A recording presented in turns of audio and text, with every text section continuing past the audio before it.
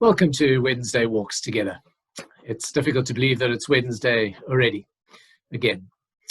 My name is Mark Long, rector of the parish of St Andrew in Newlands, Cape Town. We're all on a journey, we're all on a walk, and whether we like it or not, we're doing it together. We're doing it together as God's people, we're doing it together as South Africans, we're doing it together as human beings in this world.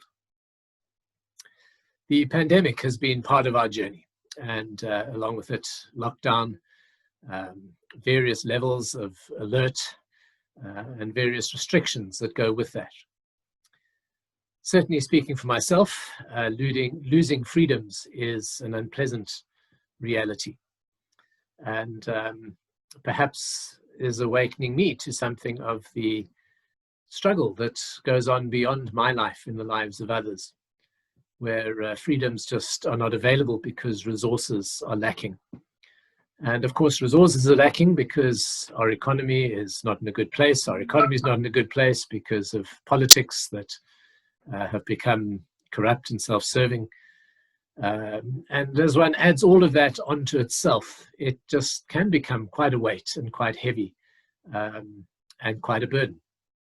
And the question is, what do I do with that? What do you do with that if you have a similar awareness? I think lockdown has just opened us up to the cracks in our social fabric, our economic fabric, our political fabric. Not that we were necessarily unaware of them, but just life and its busyness and its fullness prior to this pandemic allowed us probably to ignore it or sufficiently push it into the background to live with it.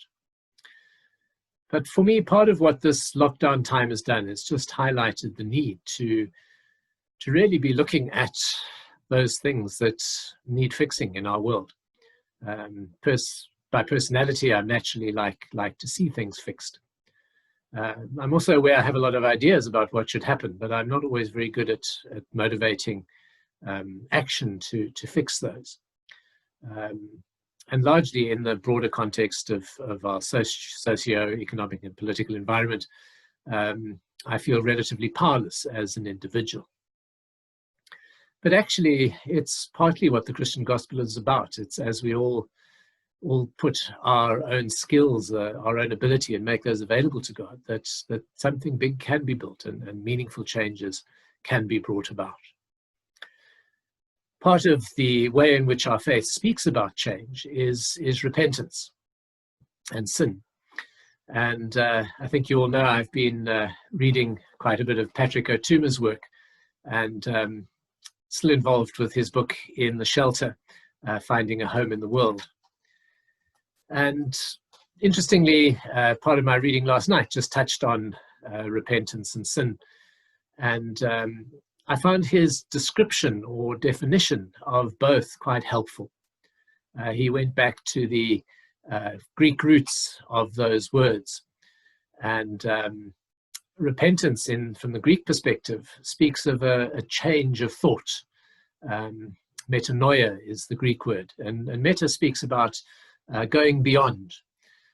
So almost beyond our present thought. And that translating in the English sense to a change in the way we think, a change of mind, and ultimately then a change of direction. It strikes me that it's quite difficult to change direction. It takes a real shove to do that. And perhaps something like this pandemic has shoved many of us in directions that we would never have imagined finding ourselves.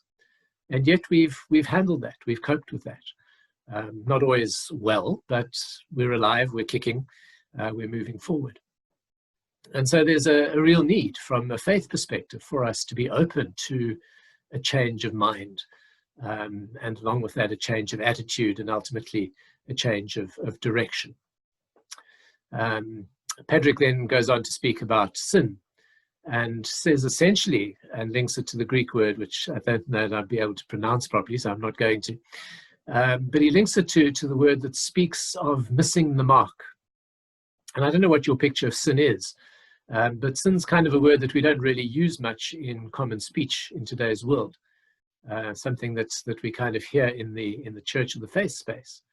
And I think one of the challenges for me is that we need to redefine, or we need to just explore what images we carry for sin, and redefine that to be meaningful in today's world, and meaningful in terms of a change of direction.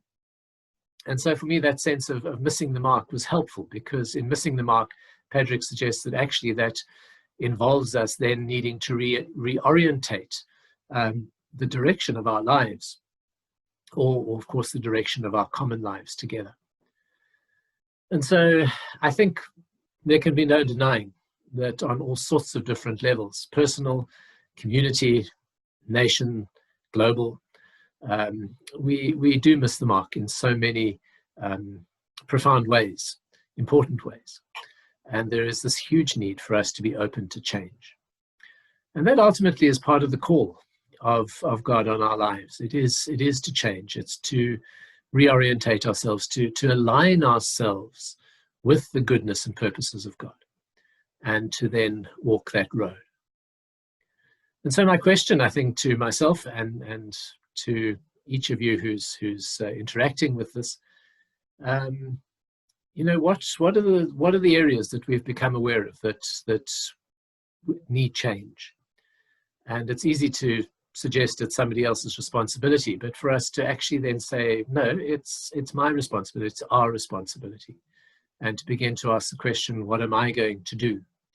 And then perhaps for me to share that with you, and for you to share your answer with me, and for us to begin to explore what is it that we are going to do, what actions as individuals, as communities, are we going to take towards bringing about renewal and restoration and healing in our society and our world. That is a deep part of the challenge of life right now, and I believe part of God's call on each one of us.